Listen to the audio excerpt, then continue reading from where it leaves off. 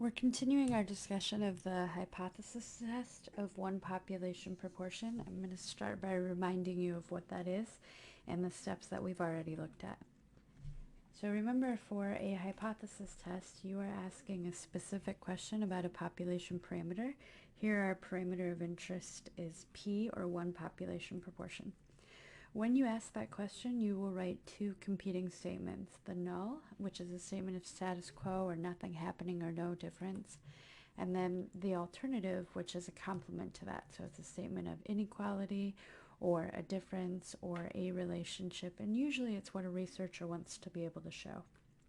Now there are 5 steps for a hypothesis test. We looked at step 1 and 2 last time. Step 1 is simply identifying the population as well as the sample. So the population is who you want to make an inference on, and the sample is going to be the group that helps you make that inference. And then the next step, step 2, is going to be writing your null and alternative hypotheses. And we looked at the 3 options that are available. We also discussed some of the notation. So P sub 0 is what we call our null value. We talked about two-tailed test, right-tailed test, and left-tailed test. Now today we're going to start by talking about step 3 of a hypothesis test, which is called testing. So in step 3, you are first going to start by stating your assumptions, which, just like we had for a confidence interval, we have the assumption that the sampling distribution of p hat is the normal distribution.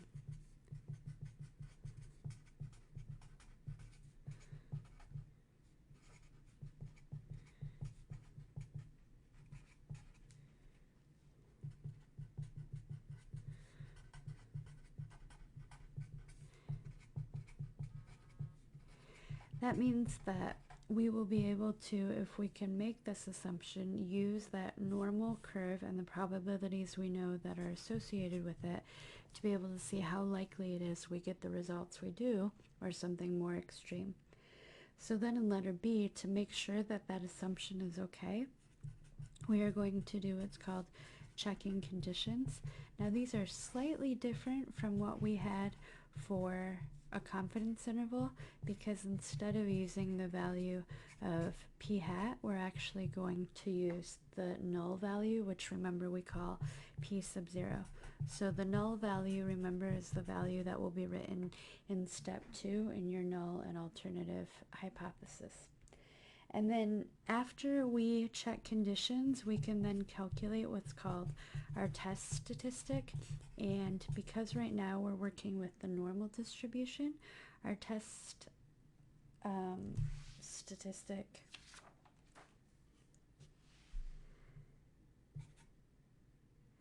I can't spell test statistic, please don't judge me.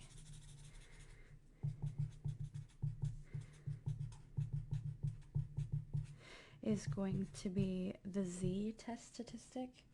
And so to calculate that, we have p hat minus p sub 0 divided by what's called the null standard error. So what this does is it measures the distance our sample is from our hypothesized value for the parameter in units of standard error. So it tells us how far away is our sample from what we're hypothesizing for our population value. If it's very far away, that indicates that our hypothesized value for the parameter is incorrect. So if it's not very far away, it's probably not very likely that we can leave that null value. So if you remember from a few lectures ago, when we do these hypothesis tests, we assume that the null hypothesis is true, and I said essentially that just means that we assume the center of the distribution is our hypothesized value for p, or the null value. So if we have a test statistic that's far away from 0, or where the null value is, it indicates that our sample is much different than the hypothesized value of p, which can indicate that we can reject the null. So next, in step 4, we would state the test statistic distribution.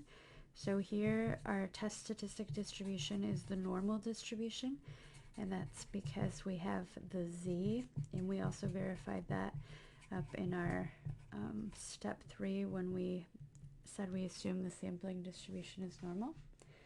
So here we have a normal distribution, and then we have to find the p-value. So p-value is the probability of getting what you did or something more extreme. So to find a p-value, you're interested in an area connected to the curve, and what you'll do is draw the curve. You're centered at 0, so this horizontal axis is going to be a number line. You would place your test statistic on the curve. So this is the test statistic, and depending on what it is, it might be positive or negative. So hypothetically, let's just say it's positive, and we land right here. And then based on whatever we have for our null and alternative hypothesis, we would decide which area to highlight. So let's say I had an alternative hypothesis that p was greater than p sub 0. Remember, this is going to be a right tail test. That means then that I would be interested in the area on the right-hand side of z. So I would be trying to find this area or this probability that I just highlighted. So when you find that, you'll use your calculator's normal CDF function. And so we'll do these when we do actual examples. But just right now, to walk you through the steps to get to that, we're on the normal distribution, so we'll be using the normal curve. And to get to that, you would go second and then vars.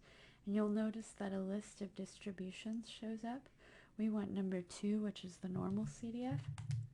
And essentially all that it wants from you is a lower bound, or where the highlighting starts, and then an upper bound, or where the highlighting ends. Now, we talked about a few lectures ago that technically these curves have no end, so we have negative infinity and positive infinity. The calculator actually can't handle negative and positive infinity, and so because of that, if you have a situation where you have to enter either negative or positive infinity, you'll use that version of 999. So negative infinity, type in negative 999. Positive infinity, you would type in 999. So that's how you'll end up finding the p-value. After you find a p-value, you are going to then decide whether your results are statistically significant. And there are 2 decisions, or 2 possibilities. You can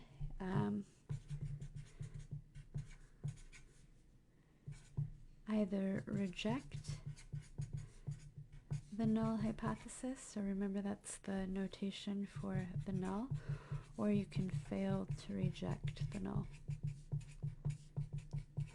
So you would reject the null if you have a p-value that is small, and we define small as being a p-value that is less than or equal to alpha, where alpha is referred to as your level of significance. So that's essentially just the cutoff point saying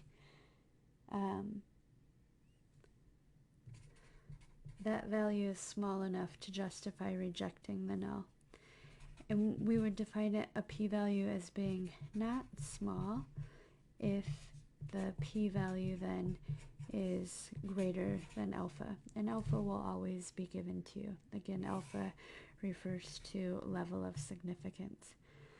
So you can make the decision to reject the null, meaning that the parameter you hypothesized about in the null hypothesis is not true. You would reject it if you have a small p-value, meaning that your sample measurement is far away from your hypothesized value of the parameter. Or you fail to reject the null because your sample measurement is not far away from your hypothesized value of the parameter, and that would have a larger p-value connected to it. So that is step, oh, I'm so sorry, this is step 4. So we looked at step 3, which was stating the assumptions, checking conditions, and calculating the test statistic. Then we're just talking about step 4, which was making a decision. So we talked about how you'd have to find the p-value, and then you would make a decision to either reject or fail to reject, and that's based on how big or small the p-value is. and then finally you'll make an inference.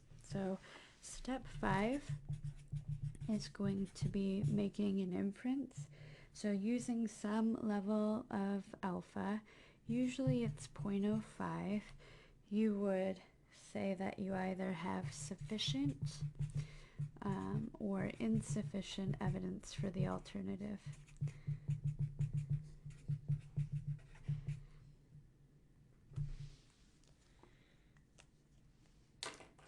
Now these are connected to what you did up here in step 4. So if you fail to reject the null, that means that you can't leave it. So essentially you're saying that it's true. So when you get down here to step 5, you would then have insufficient evidence for your alternative because you weren't able to leave the null. However, if you reject the null, that means you're saying that the null is not true. That indicates that you have sufficient evidence for your alternative. So hopefully this will make even more sense once we do some examples. But those are the 5 steps of hypothesis testing.